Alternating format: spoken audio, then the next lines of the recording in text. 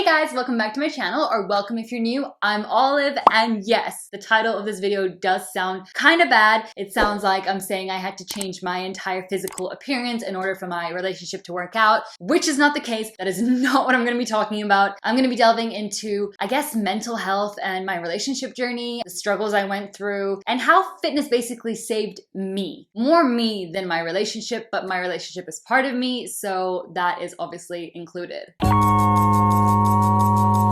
So you may or may not know already that I am in a long distance relationship, and I have been in one for about 4.5 years now. And yes, it's not butterflies and daisies, but I have myself chosen to be in this, so I kind of have to deal with it. But I've learned to deal with them pretty well because I have a lot of experience in them. I also was in one before this one, and that also lasted about 4 years. So all in all, I've kind of been almost in a long distance relationship for 10 years, which is absolutely insane. But anyway, my relationship was going pretty well. Everything was smooth and fine and dandy until about, I guess, 2 years in, things started to get a little sticky. And that's when I myself was at the lowest probably point in my life. I haven't really talked about this with anyone, to be honest, apart from my family, obviously, but I was not doing so well. And here's where the whole mental health kind of comes in. A lot of people don't talk about mental health. I think that's really sad because it is so crucial and it's just as important as physical health. I think it's definitely something that should be talked about way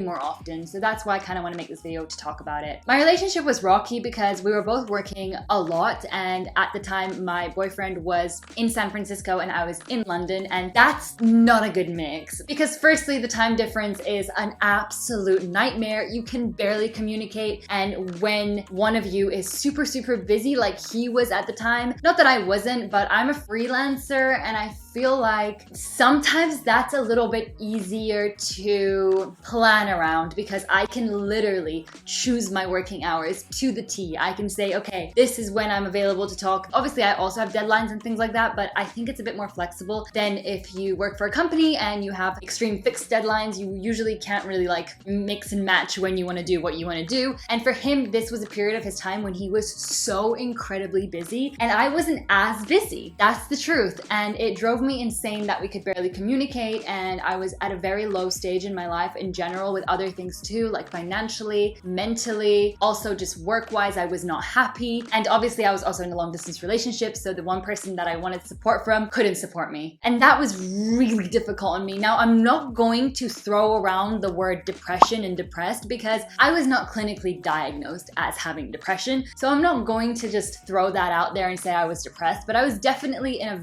very low place. I was very sad and I was very just confused, I think is the right word. But I also realized that the most toxic thing was I was very dependent on someone else making me happy. And I think that's where the biggest problem was I was always looking for someone else to validate me and make me feel good. And what I learned was I had to do that myself, but I guess I just didn't know how. Here's where fitness comes in. I randomly one day out of nowhere decided I was gonna go to the gym. I am not a gym person. I was not a gym person. I kind of am now. But at the time, I literally had barely ever gone to the gym. I did not even consider working out ever. But that changed when I decided to just go for it. I had a gym in my apartment building and I decided to just try it out. So I went, and I remember the first person that I ever followed, a fitness person, was Pamela Reif. And that's why I have such a connection to this woman. I'm always gonna be grateful for her for kind of helping me out in life, even though she literally doesn't even know that I exist. But it's crazy and funny at the same time, and pretty cool how you can connect to someone on social media and create such a bond with them even though they literally don't know you exist, but you really feel like they helped you out. When people tell me that I helped them out and I like saved them from a deep dark hole, I'm like, what? It's literally the most rewarding thing ever to hear, but it just blows my mind because I cannot imagine that I am that for someone. That is insanely amazing. Anywho, I started working out and I did her exercises. Literally, it was like a 30-minute thing. It was 15 minutes of butt, 15 minutes of abs, and I did those two exercises. I remember so well. I did them every single day. And what I found was that I was able to find a way to transfer any mental pain and put it into a physical pain, which sounds really bad, but it's not a bad thing necessarily. You know that working out sometimes isn't the funnest thing in the world and it does hurt, and that's kind of what I was feeling. It was just a way to be a bit selfish and focus completely on myself and love myself. It's true when people say you have to love yourself first before you love anyone else. And honestly, that is 100% the truest thing I've ever heard. I was so dependent on someone else making me happy that I forgot how to make myself happy. And I felt like if I'm not with this person, and if this person doesn't pay attention to me, I'm going to not be able to live happily. I can't live my life. I can't move forward, which is the most toxic thing you could ever think. But this was a little trap that I was in, and I don't know why this happened to me. I think it happens to a lot of people, but it was very, very bad for me. Thankfully, I was able to get out of it. Fitness was a huge support for me. Now, I'm not saying you have to go out and become a pro fitness person, but I'm saying that if you have something, a hobby or something that you know you really enjoy and you can put a lot of energy and focus into it, and also something that challenges you and pushes you, then do that. If you are feeling sad, horrible, down, then push yourself. Do something that will better you and only you. Stop focusing on other people. Just literally forget that everyone else exists. It sounds really bad, but like, be a bit of a narcissist. Love yourself. Do something for you, because when I did that, I felt so much better. And I am not joking when I tell you that. I felt really good. I was finally living for me, you know? And this not only saved me, but it saved my relationship, because I began being so much more independent. And although we still had struggles and it was difficult, I didn't throw my frustration on him. So long story short, I went through a very tough time, but I was able to get myself out with a form of something that challenged me and pushed me and hurt me, but in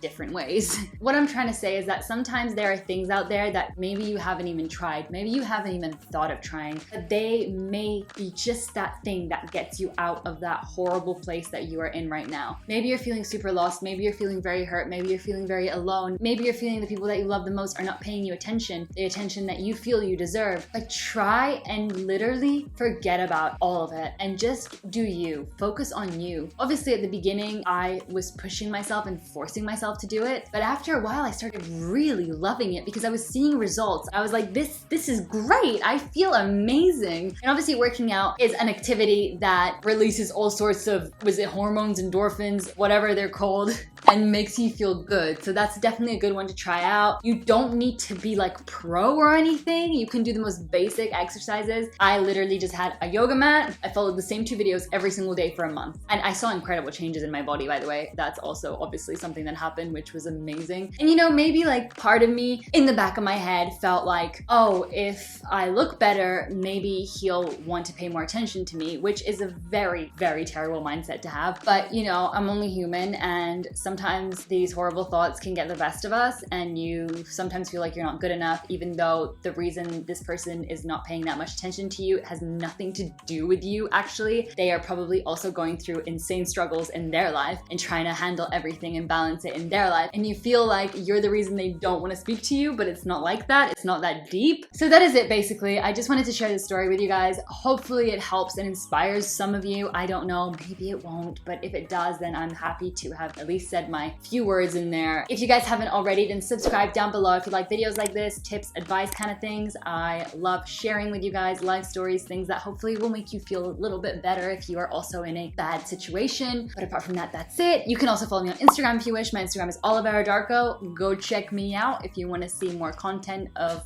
me daily. And that's it. Thank you guys so much for watching. I really appreciate you here, and I will see you in my next video. Bye for now.